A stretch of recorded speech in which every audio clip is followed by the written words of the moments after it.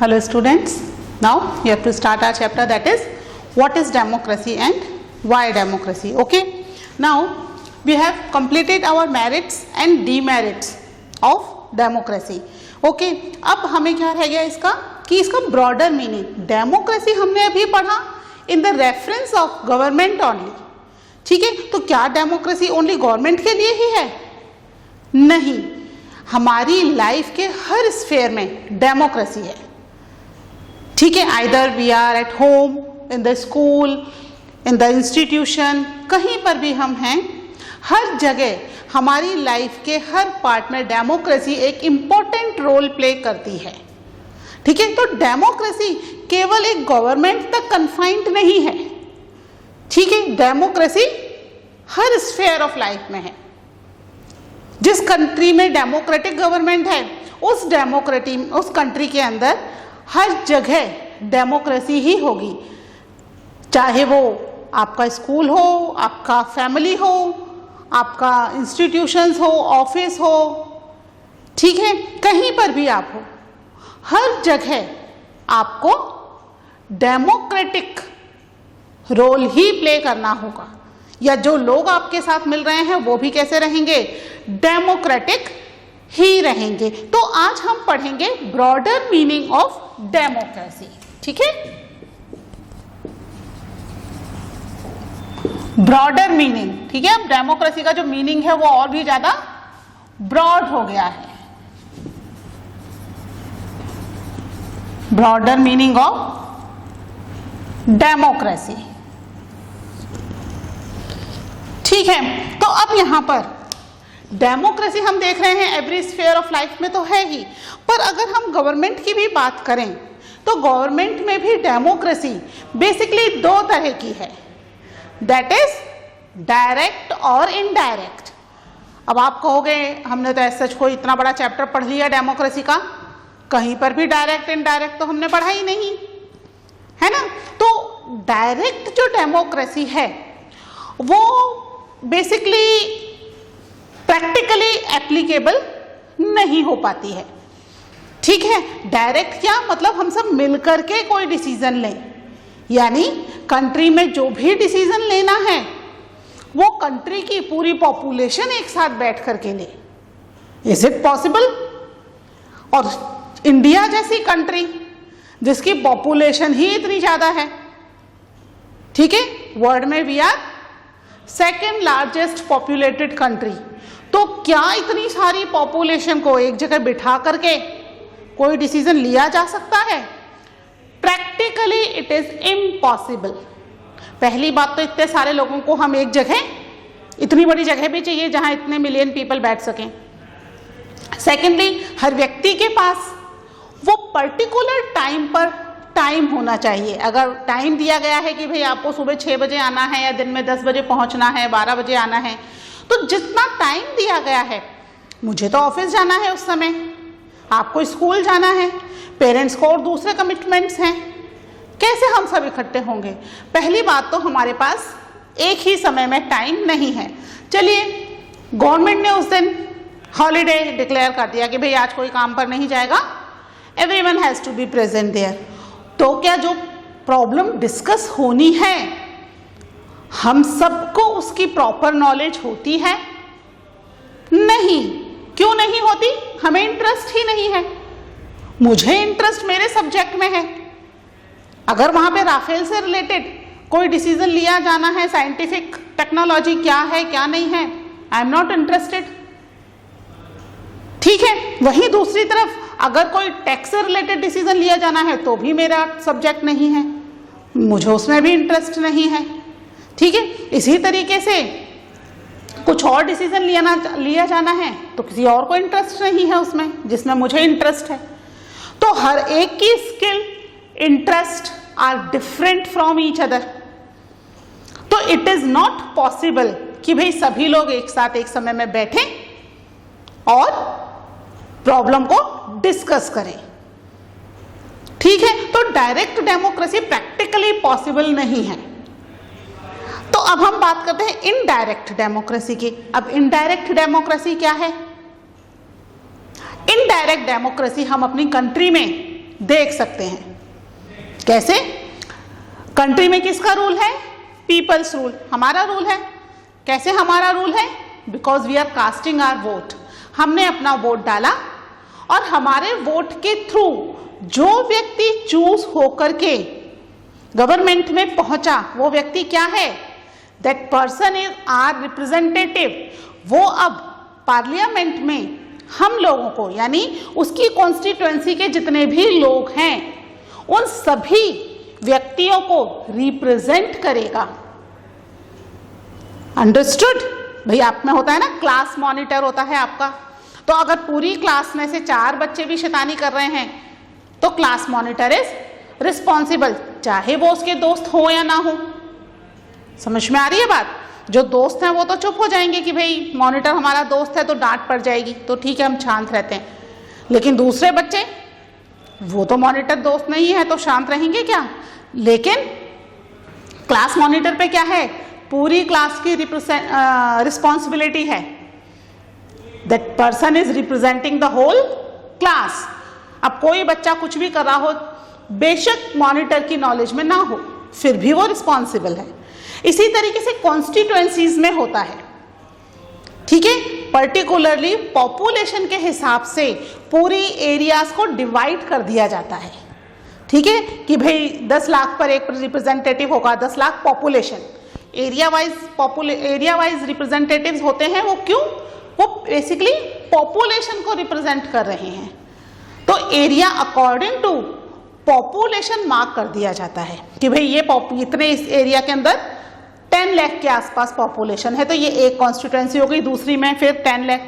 It's an example, ठीक है? कहीं 10 लाख है, कहीं वेरी करता है, ये स्टेट टू स्टेट वेरी करता है। तो इस हिसाब से कॉन्स्टिट्यूएंसीज मार्क कर दी जाती हैं।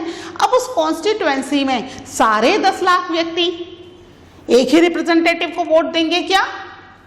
नहीं। अगर 10 लोग वहां से चुनाव के लिए खड़े हैं तो अलग अलग लोगों को हम वोट दे रहे हैं, बट जिसके पास सबसे ज्यादा वोट आते हैं, मैक्सिमम वोट जिसके पास आते हैं, majority vote, that person become the winner and represent the area.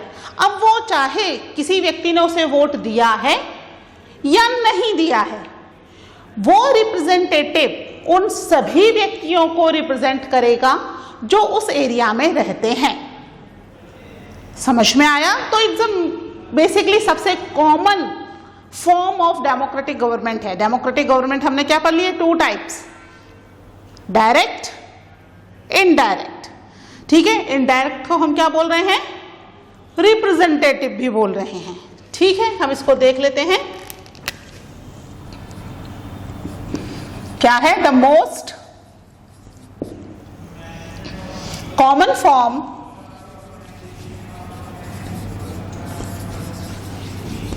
that democracy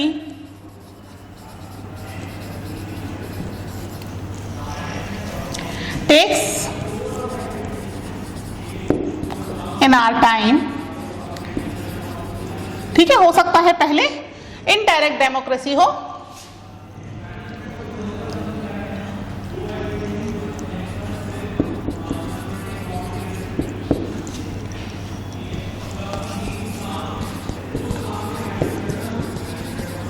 representative democracy, ठीक है?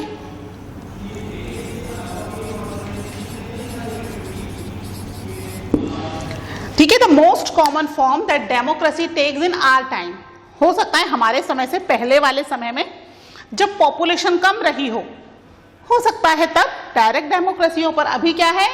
Time is that of representative democracy, यानी हम डायरेक्ट गवर्नमेंट में पार्टिसिपेट करने की बजाय क्या कर रहे हैं? अपने रिप्रेजेंटेटिव को चूज कर रहे हैं और वो हमारा चूज किया हुआ रिप्रेजेंटेटिव हमारे बिहाफ पर डिसीजन ले रहा है, ठीक है? और क्या है इसमें? Where majority is allowed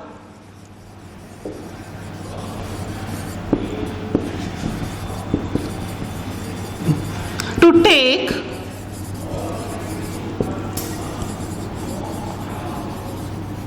decision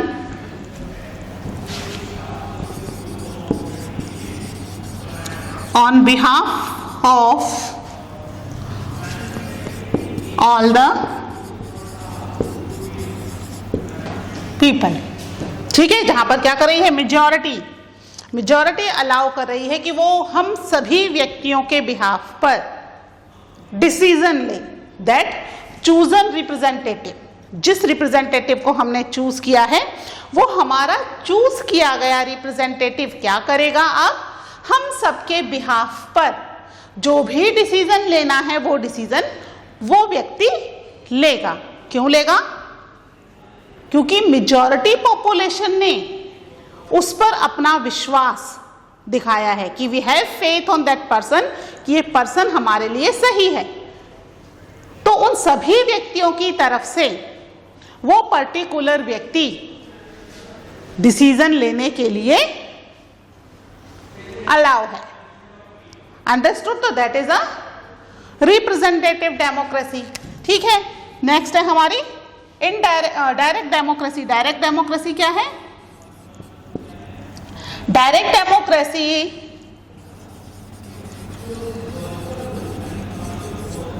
is not possible। क्यों नहीं possible? Due to a large number of people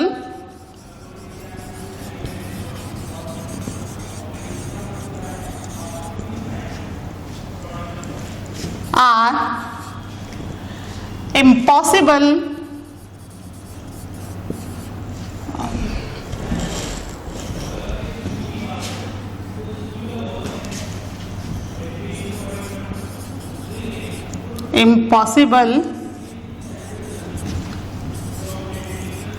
to sit together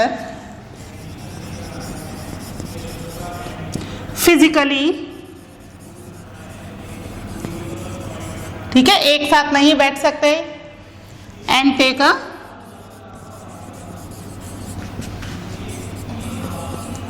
decision.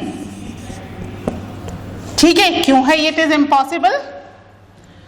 क्योंकि a large number of people can not sit together at one place.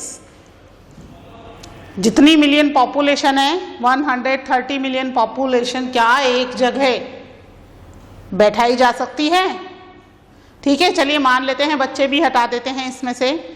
ठीक है, तो at least 100 million population तो है ही, जिन्हें हमें एक जगह बिठाना है। एक जगह बिठा करके we have to take the decision. तो practically it is not possible कि इतना बड़ा एरिया हो जहां इतनी सारी पॉपुलेशन को एक साथ बिठाया जा सके। ठीक है, और डिसीजन लिया जा सके। फिर इतने सारे लोगों के साथ डिस्कस करना क्या पॉसिबल होगा? सबकी अलग अलग राय होगी। फिर मेजॉरिटी वोट, तो इतने सारे लोगों का वोट करवाओ, बहुत लंबा प्रोसेस होगा। एक तो डिस्कशन बहुत लंबा हो जाएगा, फिर वोटिंग बहुत टाइम कंज्यूमिंग हो जाएगी, इतने सारे लोगों की वोटिंग करवाना। ठीक है, तो ये बहुत ही टिपिकल प्रोसेस है। ये डायरेक्ट डेमोक्रेसी जो है वो उन कंट्रीज में की जा सकती है जहां पॉपुलेशन लिमिटेड हो। ठीक है, जैसे हमारे यहाँ पर पंचायती राज है। ठीक है, गांव में होती है ना ग्राम पंचायत, तो पंच बैठ जाते हैं 5, और गांव के जो मेन लोग होते हैं, ठीक है, अडल्ट लोग, वो बैठ जाते हैं। And they are discussing the issues कि गांव में क्या क्या करवाना है, विलेज के लिए what is the more important thing, वो आपस में डिस्कस करते हैं। ठीक है, that is also example of direct democracy. वो एक पर्टिकुलर विलेज के लिए हो सकता है जहां की पॉपुलेशन 1000-2000 ही है। ठीक है, लिमिटेड लोग हैं, 1000-2000 में भी पार्टिसिपेट करने वाले लोग लिमिटेड हैं, 400-500 लोग ही पार्टिसिपेट कर रहे हैं, तो उनको हैंडल कर सकते हैं। ठीक है, तो ये बड़े कंट्री के अंदर जहां पॉपुलेशन बहुत ज्यादा है, वहां पर पहली बात तो पॉसिबल ही नहीं है। फिर भी इसको पॉसिबल किया जाए तो फिर सेकंड पॉइंट क्या आता है कि they don't have the skills. ठीक है, इवन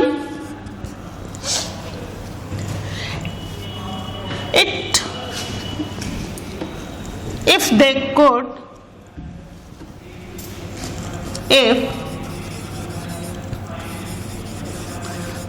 इसको करने की कोशिश भी करेंगे तो क्या हो गई, they does not have the time, एक तो सबके पास सेम टाइम पर टाइम नहीं है, सबका अलग अलग रूटीन है, ठीक है, डिजायर और skill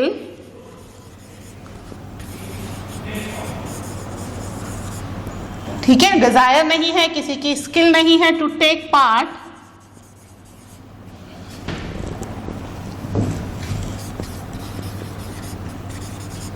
in all the decision. समझ में आ रही है बात इतनी कि अगर इस चीज को इफ दे कुड, चलो बिठा दिया सबको एक साथ एक जगह पर, तो फिर दे does not have the time, सबका टाइम अलग अलग है, मुझे स्कूल जाना है, आपको स्कूल जाना है, पापा को ऑफिस जाना है, मम्मी को कहीं और काम से जाना है, ठीक है, हर व्यक्ति के पास अपना अपना टाइम, बिजी है, बहुत ज़्यादा नहीं है टाइम। चलिए यहाँ पर भी टाइम को छुट्टी डिक्लेयर कर दिया गवर्नमेंट ने, ठीक है, तो टाइम भी हमारे पास हो गया। फिर डिजायर, क्या मेरी इच्छा है जो डिस्कस हो रहा है उसके बारे में डिस्कस करने की, क्या मेरे पास वो स्किल है, जैसा मैंने बताया I am a social science teacher, मुझे तो नहीं पता राफेल के बारे में, नहीं पता मुझे टैक्सेशन के बारे में, समझ में आ रही है बात, तो मेरे पास तो वो स्किल ही नहीं है। चलिए मैंने बहुत स्टडी भी की, तो फिर मेरी डिजायर, मेरी इच्छा भी तो हो पार्टिसिपेट करने की। तो ये सब चीजें इंपॉर्टेंट फैक्टर हैं इतनी सारी पॉपुलेशन के साथ डिस्कस करने के लिए। तो डायरेक्ट डेमोक्रेसी जो है कि वो पॉसिबल नहीं है, इसलिए मोस्ट ऑफ द कंट्रीज क्या प्रैक्टिस करती हैं, दैट इज इनडायरेक्ट डेमोक्रेसी और रिप्रेजेंटेटिव डेमोक्रेसी। ठीक है, रिप्रेजेंटेटिव डेमोक्रेसी को हम ये भी कह सकते हैं दैट इज इनडायरेक्ट डेमोक्रेसी। ठीक है, इनडायरेक्ट डेमोक्रेसी भी कह सकते हैं, जिसमें डायरेक्ट जो लोग हैं वो पॉलिटिक्स में पार्टिसिपेट नहीं कर रहे हैं। समझ में आ रही है बात, उनके बिहाफ पर रिप्रेजेंटेटिव्स पार्टिसिपेट कर रहे हैं। ठीक है, और जहां उन्हें डायरेक्ट पार्टिसिपेट करना है वो पॉसिबल ही नहीं है। ठीक है, एक बार यू नोट डाउन दिस, फिर हम पढ़ते हैं कुछ और स्फेयर्स जहां लाइफ में we have to follow the democracy. Okay,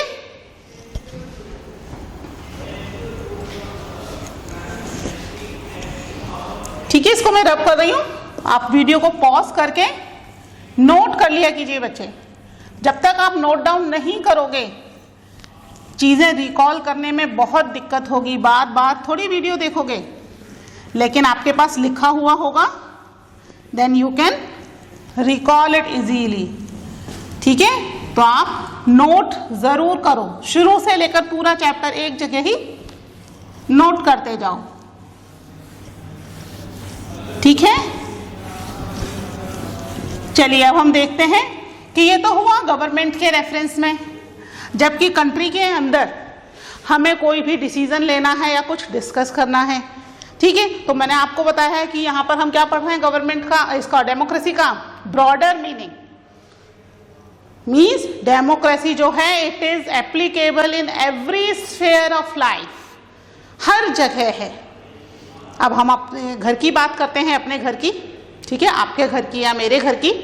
घर में अगर कोई सामान नया लाना है तो क्या ऐसा होता है कि डायरेक्ट आ जाता है, या पहले डिस्कस होता है, मम्मी पापा दादा दादी जो भी मेंबर्स हैं फैमिली में वो डिस्कस कर रहे हैं।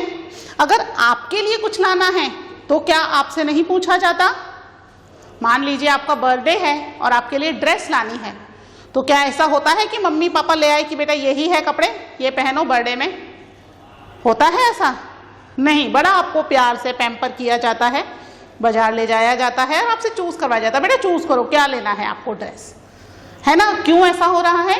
क्योंकि आपकी फैमिली में डेमोक्रेसी है। घर के लिए कुछ सामान लाना है तो पापा मम्मी डिस्कस कर रहे हैं कि भाई बेटा क्या सामान लाया जाए, क्या क्वालिटी देखी जाए, ये चीज़ें आपस में डिस्कस हो रही हैं। अगर मैरिज होनी है किसी की भी फैमिली में, तो जिसकी मैरिज है उससे डिस्कस किया जा रहा है कि भाई अगर लड़के की मैरिज है तो लड़की पसंद है या नहीं, लड़की की मैरिज है तो उसे लड़का पसंद है या नहीं।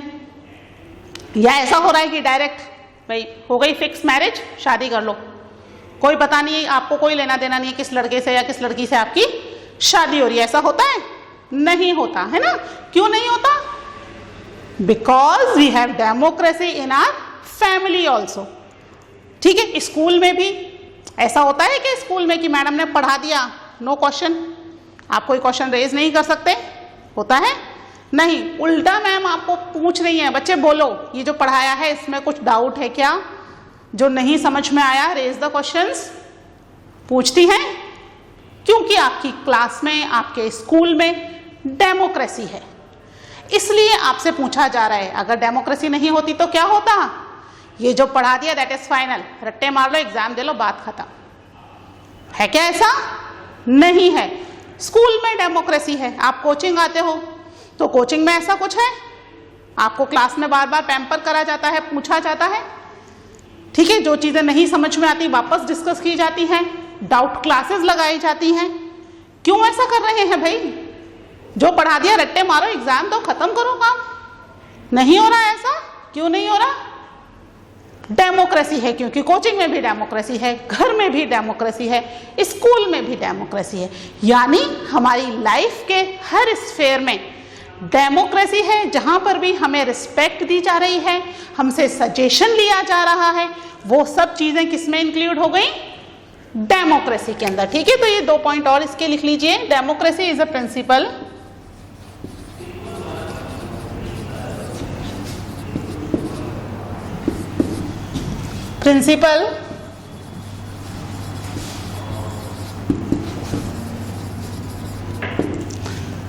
that can be applied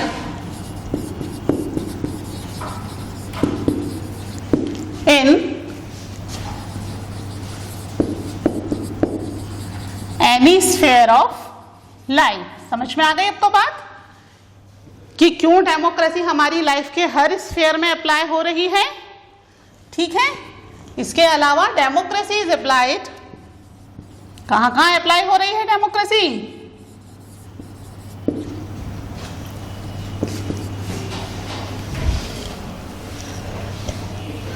democracy is applied to a government. Government में तो हमने पूरा चैप्टर ही पढ़ लिया। और अ फैमिली, घर में हो रही है, और एनी ऑर्गेनाइजेशन।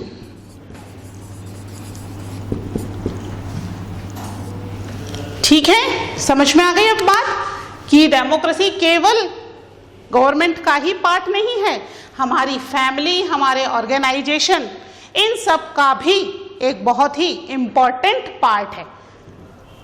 ठीक है, तो डेमोक्रेसी का मीनिंग जो है वो that is in a broader way. ठीक है, जहां पर हम देख रहे हैं कि डेमोक्रेसी लाइफ के हर स्फेयर में है, चाहे वो घर हो, स्कूल हो, आपका कोचिंग है, ऑर्गेनाइजेशन है, either it is a government. ठीक है, गवर्नमेंट के लिए तो हमने पूरा चैप्टर पढ़ा ही है। तो ये सारी चीजें हमारे को डेमोक्रेसी के ब्रॉडर मीनिंग को समझने में हेल्प करती हैं। ठीक है, चीजें क्लियर हो गई आपको ये सारी? ठीक है, तो अब आप इस चैप्टर को एक बार अच्छे से थॉरोली पढ़ लेना, रीड कर लेना चैप्टर को, और इसके बाद हम मिलेंगे in the next video with the new chapter. Okay, till now take care, bye.